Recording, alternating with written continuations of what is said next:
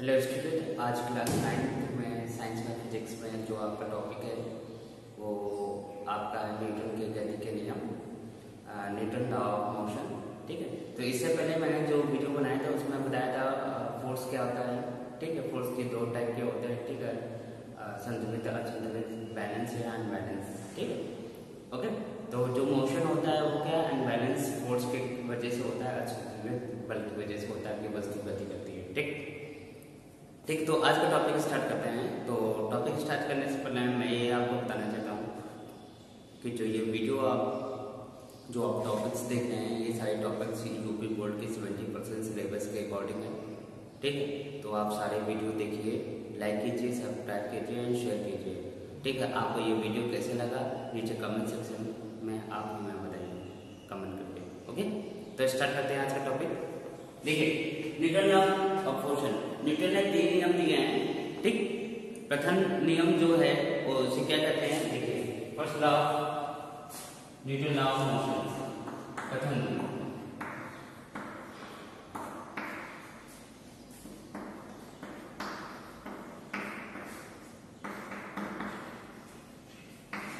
First law, देखिए, Newton का प्रथम नियम को जड़त्व का नियम कहते हैं। जड़त्व मतलब इनर्शिया। जड़त्व क्या होता है? ठीक, जड़त्व का मतलब ये होता है कि अगर कोई वस्तु गति में है तो वो गति करती रहेगी, अगर कोई वस्तु रुकी हुई है तो वो वस्तु रुकी ही रहेगी। ये ही क्या कहलाता है, किसी वस्तु का जड़त्व कहलाता है। ठीक, और ये जड़त्व तब तक रहेगा जब तक उसमें कोई बाहरी बल या बाह्य बल उस पर लगाया ना जाए। कैसे,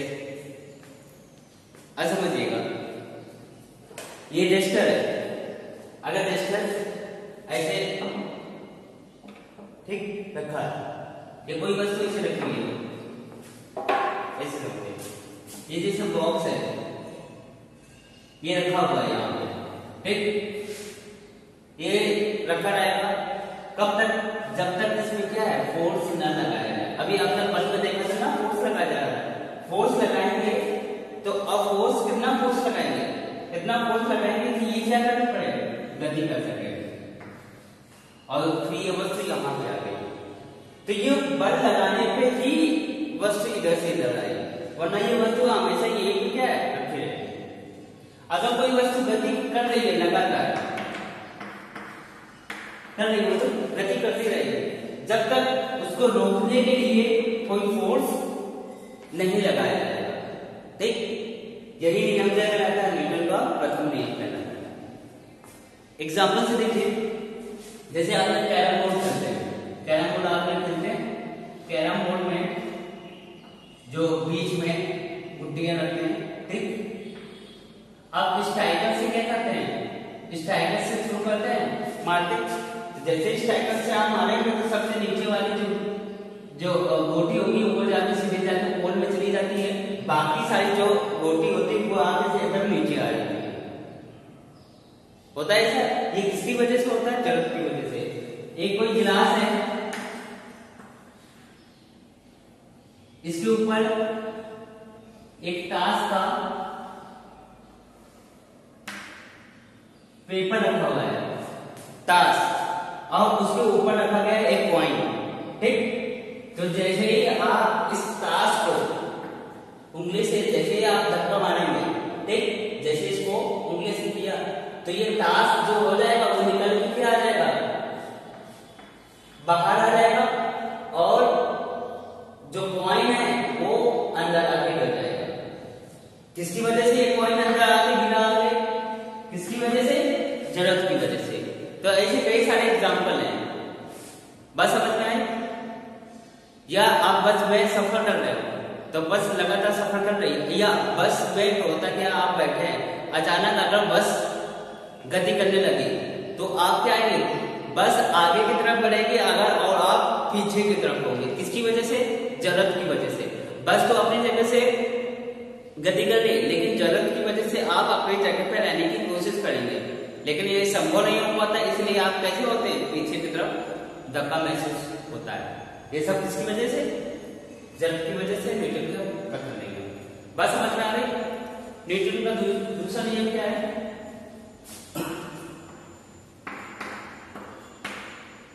द्वितीय नियम, सेकेंड लॉ।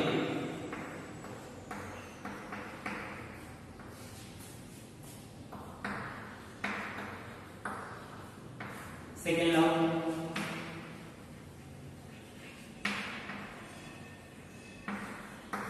सेकेंड लॉ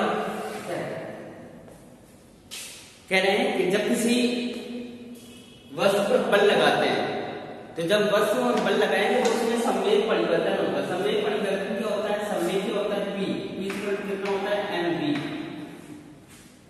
संवेग परिवर्तन मतलब जो p है, p क्या होता है? m मींस मास, उसका मास का अवयव मतलब किस वेलोसिटी से, जैसे ये पार्टिकल होता है, इसका मास m किलो पाई और ये v गति से गति कर रहा है, तो इसका संवेग कितना हो जाएगा? p mv। अगर इसमें परिवर्तन हो रहा है, कैसे? पहले स्पीड v1 से गति कर रहा है, पहले v1 है स्पीड, फिर कैसे आ गई स्पीड v2, तो इसकी स्पीड चेंज हुई, स्पीड चेंज हो गई तो मतलब v चेंज हो गया, पार्टिकल तो नहीं m किलो का रहेगा ना, तो संवेग परिवर्तन आ गया। तो संवेग परिवर्तन कैसे आएगा? mv1 माइनस mv2, ये संवेग परिवर्तन आ जाएगा। यही संवेग परिवर्तन क्या कहलाएगा? आपका बल, फोर्स। ये किसके इक्वल टू होता है? संवेग परिवर्तन मतलब आ जाएगा p अपॉन t,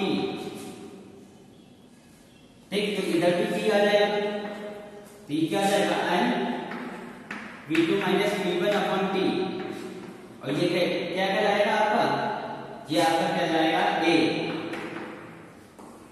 ए मीन्स होता है एक्सीलरेशन या त्वरण, ये क्या कहलाएगा? त्वरण या एक्सीलरेशन, ठीक। बात समझ में आ गई? द्वितीय नियम ये कहलाता है कि जैसे आपने कोई वस्तु को, ये एग्जांपल लीजिए, आप इस वस्तु को यहां से फोर्स लगा देते हैं, धक्का लगा देते हैं, ठीक, फोर्स लगा देते हैं, तो एम मास का था, तो स्टार्टिंग में ये कैसी स्पीड थी? v1, और v1 इक्वल टू क्या थी? 0 थी, रुकी हुई थी। फिर ये क्या आ गई? स्पीड इसकी चेंज हो गई, v2 हो गई, मास m रहेगा, तो संवेग क्या होता है? p equal to m। अभी बताया क्या? संवेग परिवर्तन की दर p इक्वल टू कितना होगा? संवेग परिवर्तन के साथ mv1 माइनस mv2, अब परिवर्तन की दर मतलब समय की, तो 30 से भाग कर दिया, 30 से भाग कर दिया तो क्या आ जाएगा? m कॉमन ले लीजिए, v2 minus v1 upon t, तो यही क्या आएगा आपका त्वरण। तो वो त्वरण क्या कहलाता है? एक्सीलरेशन, वेग परिवर्तन की दर, तो वेग परिवर्तन की दर आ गया। बात समझ में आ गई? दूसरे नियम पे एक एग्जांपल है क्रिकेट। क्रिकेट में क्या होता है कि जब फील्डिंग करते हैं तो जब कैच आ रहा होता है तो प्लेयर क्या करता है? उस कैच को सीधे सीधे पकड़ता है, उसको पकड़ के सीधे सीधे क्या करता है? ऐसे लपकता है, तो कैच करता है, तो कैच की जो पोजीशन होती है उसको पकड़ के क्या करता है? उसको पीछे की तरफ लाता है। अगर आप बस से उतर रहे हैं, अगर आप सीधे डायरेक्ट कूदा तो आप सीधे गिर जाएंगे।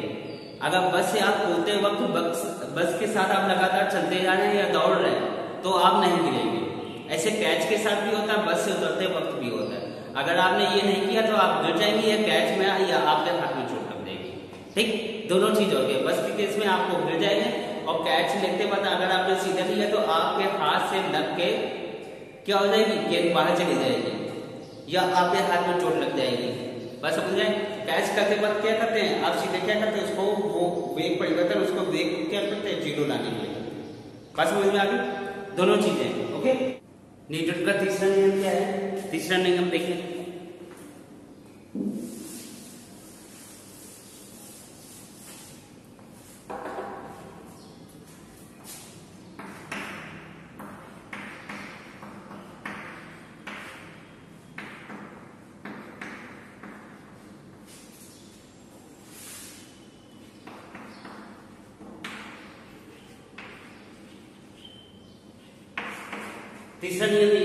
तीसरा नियम क्या होता है कि ये क्रिया प्रतिक्रिया के नियम कहते हैं। क्यों ऐसे कहते हैं? मतलब action equal has opposite reaction, ठीक है। तो इसका मतलब कहने का मतलब है कि जैसे आपने क्या हुआ, जैसे आप एक गेंद को दीवार पे आप जिस स्पीड से फेंकेंगे तो वो बॉल उसी स्पीड से आपकी तरफ वापस आएगी, ठीक। तो जैसे आपने एक एक्शन किया तो उसके अपोजिट आपको रिएक्शन मिला, ठीक। और इसी प्रकार क्या होता है कि जैसे यार आपने एक बंदूक से गोली मारी, ठीक, तो जैसे आप गोली मारेंगे तो जैसे गोली चलेगी तो आपने क्या बंदूक चलाई, ठीक, तो बंदूक चलते ही जैसे ही बंदूक से निकली गोली तो वो अपोजिट डायरेक्शन में आपको भी धक्का देगी, तो आप भी क्या होंगे, पीछे की तरफ होंगे गोली मारने में। बात समझ में आई? तो ये क्या होगा, गोली तो जाएगी आगे की तरफ और उसने धक्का दिया आपको पीछे की तरफ, तो जो पीछे की तरफ होगा वही क्या हो जाएगी, अपोजिट में हो जाएगा। मतलब दो फोर्स करेंगे, एक आगे की ओर, एक उसी की डायरेक्शन में पीछे की ओर। बात समझ में? जैसे एक नाव से, नदी में रखी हुई नाव से आप जमीन में आने के लिए जैसे आप कदम बढ़ाएंगे तो एक आप आगे के लिए फोर्स लगाएंगे तो एक क्या होगा, पैर आपके नाव पे होगा, तो वो दूसरा वाला फोर्स आपको नाव पीछे की ओर धकेलेगा। बस समझ में? इसी प्रकार देखिए ब्रेक भी काम करता है। ब्रेक क्या करता है कि जैसे आप साइकिल चला रहे हैं, तो साइकिल चला रहे हैं तो साइकिल चलाते वक्त साइकिल की धीरे धीरे स्पीड क्या होती है, रुकती है। बस समझ, रुकती है क्यों? क्योंकि जब स्पीड से साइकिल चल रही थी धीरे धीरे साइकिल की स्पीड क्या होती है, धीरे होती है, क्योंकि घर्षण उसके अपोजिट डायरेक्शन में साइकिल आप चला रहे हैं तो आप इस स्पीड से चल रहे हैं तो इसके अपोजिट डायरेक्शन में एक घर्षण काम करता है, ठीक, तो वो धीरे धीरे इसकी स्पीड कम होता है। मतलब कि जो दो force equal and opposite direction में लगे हैं वही आपका क्या हो जाएगा, न्यूटन का फिक्स नहीं होता। बात समझ में आ गई? ओके, तो आज के लिए इतना ही टॉपिक हो जाएगा, नेक्स्ट अगले लेक्चर में बताते हैं। ओके।